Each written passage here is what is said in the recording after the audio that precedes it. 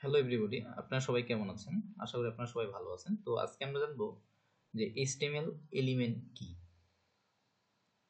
আচ্ছা, একটি HTML উপাদান একটি স্টার্ট ট্যাগ, কিছু কন্টেন্ট এবং একটি এন্ড ট্যাগ দ্বারা সংজ্ঞায়িত করা হয়ে থাকে। তাহলে এখানে ট্যাগ নেম থাকতেছে, কন্টেন্ট এখানে থাকবে এবং এখানে ট্যাগ নেম থাকবে। এটা হচ্ছে আপনার ওপেনিং ট্যাগ, আর এখানে হচ্ছে কিছু কন্টেন্ট, আর এটা হচ্ছে আপনার ক্লোজিং ট্যাগ।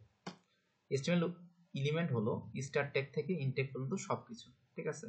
তাহলে এখানে কি হলো, h1 আমার প্রথম শিরোনাম h1। তো এটা ওপেনিং ট্যাগ, এটা ক্লোজিং ট্যাগ এবং এটা তার হচ্ছে এলিমেন্ট বা টেক্সট, ঠিক আছে? এই পুরো অংশটাকে আমরা বলতেছি একটা HTML এলিমেন্ট। আবার দেখেন এইখানে হচ্ছে যে একটা p ট্যাগ আছে, এটাও কেউ আমরা বলতেছি একটা HTML এলিমেন্ট। তাহলে যদি বলে যে HTML এলিমেন্ট কি, তাহলে স্টার্ট ট্যাগ এবং ইনটেক, স্টার্ট ট্যাগ এবং ইনটেক সহ HTML এর তার যে হচ্ছে আপনার এলিমেন্ট থাকে বা টেক্সট থাকে, ঠিক আছে? এই তিনটা অংশটাকে নিয়েই মূলত হচ্ছে HTML এলিমেন্ট গঠিত হচ্ছে।